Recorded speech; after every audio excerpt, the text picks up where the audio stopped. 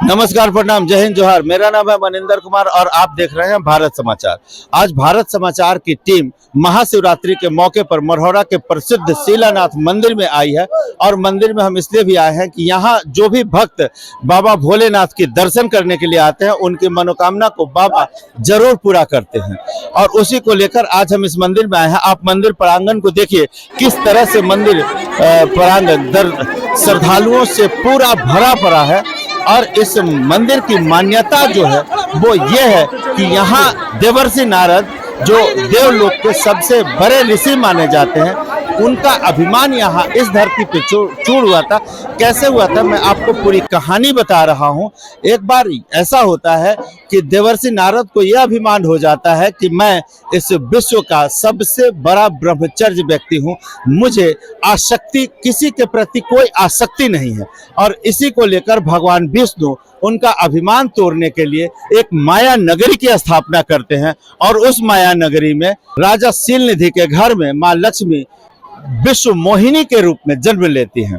और जब विश्व मोहिनी का जन्म होता है तो उसका हाथ देखने के लिए, विश्व मोहिनी जो लक्ष्मी की अवतार थी, उनका हाथ देखने के लिए, उनका भविष्य देखने के लिए राजा शीलनिधि बुलाते हैं देवर्षि नारद को। और देवर्षि नारद जब उनका हाथ देखते हैं तो उनको ये मालूम चल जाता है कि इनसे शादी करने वाला व्यक्ति तीनों लोगों का स्वामी होगा।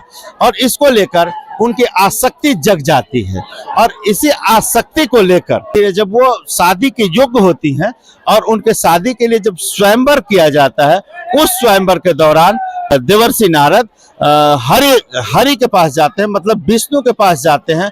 और वहां जाकर वो उनसे अपने रूप को देने का मांग करते हैं कि हे हरि, आप अपना रूप मुझे दे दीजिए ताकि मैं विश्व मोहिनी से शादी कर सकूं और तीनों लोगों का स्वामी बन जाऊं। इस आसक्ति के कारण भगवान ने उन्हें अपना रूप और अपना शरीर सब कुछ कांतिमय कर दिया, बहुत सुंदर कर दिया। और इसी सुंदरता के वजह से देवर्षि नारद जब आते हैं सभा स्थल पे जहां स्वयंवर हो रही होती है, और उस स्वयंवर में जब वो आते हैं तो उनको पता होता है कि मेरा चूंकि रूप भगवान विष्णु का है तो विश्व मोहिनी मुझे ही वरण करेंगी। और इसको लेकर वो सभा में इधर उधर घूमने लगते हैं। और इसी के दौरान किसान के वेश में भगवान विष्णु आते हैं और माता लक्ष्मी उन्हें वरण करती हैं और वो अपने वैकुंठ धाम को चले जाते हैं। और नारद भगवान को इस बात की काफी गुस्सा और गिलानी होती है कि मैं भगवान के रूप में था तब भी उन्होंने मुझे वरण नहीं किया। जो प्रहरी होते हैं शीलनिधि राजा के, आप जरा अपना स्वरूप एक बार इस कुएं के पानी में देख लीजिए कि आप कैसे दिखते हैं।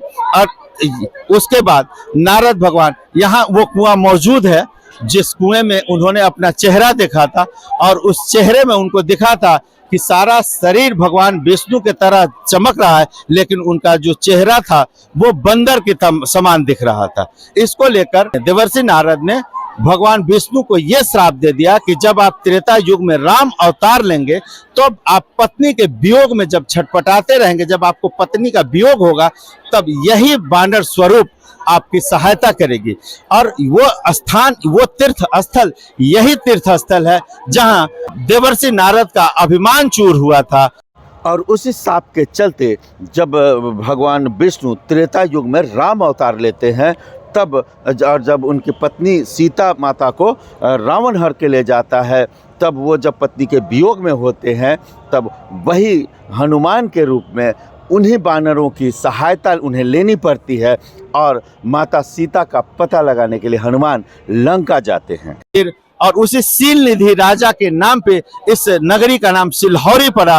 और इस मंदिर का नाम, इस भगवान भोलेनाथ की मंदिर की स्थापना हुई थी उसी टाइम में, तो इस मंदिर को शिलानाथ मंदिर के भी नाम से जानते हैं। और जो भी भक्त शिलानाथ मंदिर में श्रावण मास में या महाशिवरात्रि या किसी त्रयोदशी तिथि को जल चढ़ाते हैं भगवान भोले को, उनकी हर मनोकामना, हर मनोरथ पूर्ण होती है। तो अगर आप भी इस वीडियो को देख रहे हैं तो आप जहां भी हैं, जितने दूर से, आप इस मंदिर में जरूर आइएगा और इस भोले के मंदिर को दर्शन कीजिएगा, भोले का जल अर्पण कीजिएगा। आपकी मनोकामना भोले जरूर पूर्ण करेंगे। धन्यवाद, बहुत बहुत धन्यवाद। आपका दिन शुभ हो।